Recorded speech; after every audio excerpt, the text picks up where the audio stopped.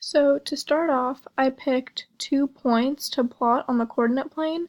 So my two endpoints that I chose were 0, 10 and 10, 0. So you can see here, and I created a line. And then to find the midpoint, I used the midpoint formula, which is x1 plus x2 divided by 2 and y1 plus y2 divided by 2.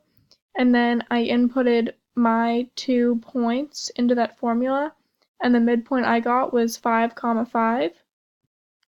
So then as you can see here, I plotted my midpoint on the graph, so it's the point right in the middle.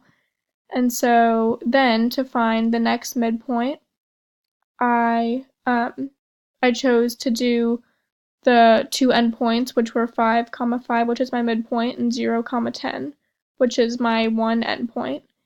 And I used the same formula and inputted those 2 points into the formula and got the midpoint 2.5, 7.5. So then you can see here that I plotted that point right in the middle. So then I still had one more point to find to make it and to make my line segment divided into fourths. So then I chose to do 5, 5 and 10, 0, which is right here. So my midpoint would be right around there.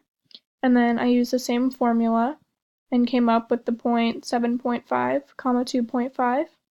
And then I plotted that on the same line segment, and then as you can see, my line segment is divided into fourths with 3 different midpoints.